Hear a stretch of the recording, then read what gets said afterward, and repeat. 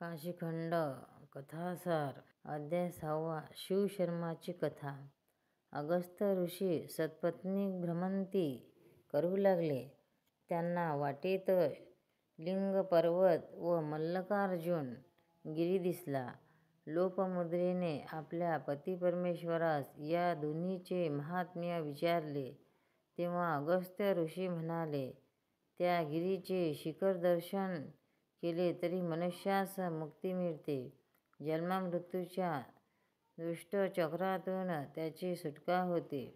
लोपमुद्रा आपल्या प्राणनाथास म्हणाले, स्वामी, जर एवढी थोरवी या शिखराची आहे तर काशीचा विरह झाला म्हणून तुम्ही दुःखी का झालात? ऋषी म्हणाले, तू विचारलेली शंका योग्य आहे. या तीर्थासारखी संपूर्ण भारतभर अनेक तीर्थ आहेत. दररोज त्या तीर्थक्षेत्री हजारो भाविक दर्शनासाठी येतात.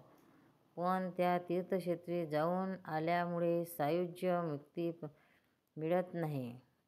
या तीर्थामुळे काशीची प्राप्ती होते. तुझ्या शंकेचे निरसन करण्यासाठी मी तुला एक कथा सांगतो, ती लक्षपूर्वक ऐक. मधुपुरी येथे एक सात्विक दाम्पत्य राहत होते. पती-पत्नी दोघेही समाधानी होते. पूजापाठ करून ते उदरनिर्वाह करत होते. त्यांना काही दिवसांनी एक पुत्ररत्न प्राप्त झाले.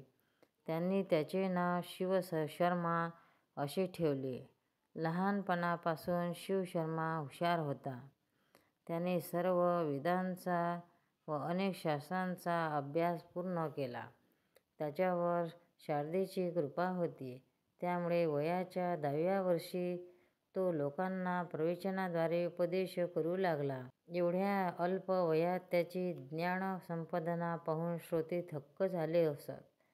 कालचक्राच्या निसर्गाप्रमाणे ज्याला वार्धक्य आले, एक दिवस तो बाहेर जाण्यापूर्वी आरशात पाहू लागला, तेव्हा त्याला काही केस पांढरे झालेले दिसले. त्यामुळे त्याला वाईट वाटले. तो मनात म्हणाला, माझे बालपण खेळण्या-बागडण्यात गेले, तारुण्य स्त्री-सुखासोबत गेले, प्रौढ कुटुंबाचे पालन-पोषण करण्यात गेले. आता वार्धक्यामुळे सर्वत्र यमाची छाया दिसू लागेल. यम केव्हा आग्रहाने निमंत्रण पाठवेल याचा नेम नाही. आपले सर्व आयुष्य फुकट गेले असे म्हणून तो फार शोक करू लागला. शोक शांत झाल्यानंतर त्याने शांत चित्ताने विचार केला व सर्व तीर्थयात्रा करायचे ठरवले. काही मित्रमंडळींना बरोबर घेऊन एका शुभ मुहूर्तावर त्याने यात्रेस आरंभ केला. आयुष्यात फारच कमी उरलेले असल्यामुळे त्याने फक्त मुख्य तीर्थयात्रा करण्याचे ठरवले.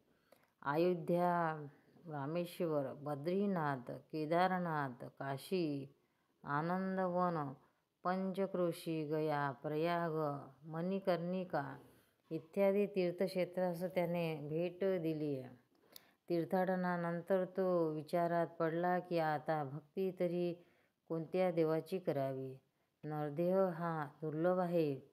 84 लक्ष योनीचा प्रवास केल्यानंतर जीवनास मनुष्य जन्म मिळतो. त्यामुळे मनुष्याने आपला आयुष्य कोणत्याही देवास आपलेसे करून घेतले पाहिजे. त्यानंतर जीवास सुख मिळणार नाही असे त्याला वाटू लागले. त्यावर त्याने उपाय शोधून काढला. शिवशर्म्याने उमापती शंभो महादेवाची पूजा करण्यास प्रारंभ केला. भक्तियुक्त अंतःकरणाने त्याने महाशिवरात्रीचे व्रत केले. शिवशर्मा रोज 108 वेळा ओम नमः शिवाय या पंचाक्षरी मंत्राचा जप करत असे. त्यानंतर तो इतर तीर्थयात्रे पाहण्यासाठी निघाला. पण त्याला काशी सोडून इतर तीर्थक्षेत्रासाठी जाणे आवडेना. त्याला प्रवास करून थकला. त्याचे मन काही केल्या ऐकेना. मनाच्या हट्टामुळे तो काशीहून द्वारकेस गेला. तेथे श्रीकृष्णाचे दिव्य रूप पाहून पुढे उत्तरेस हरिद्वार व मायापुरी येथे गेला.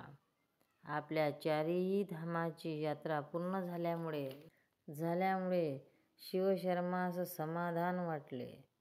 हरिद्वारनंतर त्याने मंदाकिनीच्या अवतरणाचे स्थान पाहिले.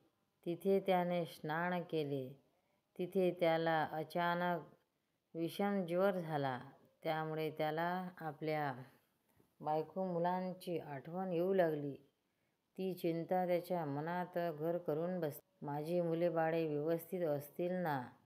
माझी प्रियतमा कशी असेल?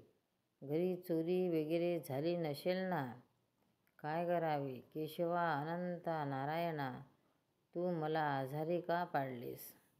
आणि देवाच्या नामाचे उच्चारण करत असतानाच यमाने शिवशर्माच्या गळ्यात फास टाकला. आपल्या स्वामींचा भव्य भक्त मृत्यू पावला हे पाहून त्याचे सूक्ष्म शरीर नेण्यासाठी विष्णुदूत वैकुंठातून आले. त्यांनी यमास हाकलवून दिले व सांगितले की आम्ही याला विष्णुलोकी घेऊन जाणार आहोत.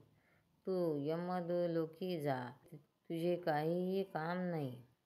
विष्णुदूत शिवशर्माचे सूक्ष्म शरीर घेऊन वैकुंठाच्या दिशेने निघाले.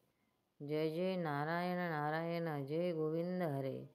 जय जय नारायण नारायण जय गोपाल हरे. काशीखंड कथासार अध्याय 6. भक्तांनो, व्हिडिओ आवडल्यास व्हिडिओला लाईक करा, शेअर करा, सबस्क्राईब करा. तसेच बाजूला असलेल्या बेलवर क्लिक करा, म्हणजे याच्या पुढील सर्व व्हिडिओ तुम्हाला सर्वात आधी मिळत जातील. जय श्री कृष्ण.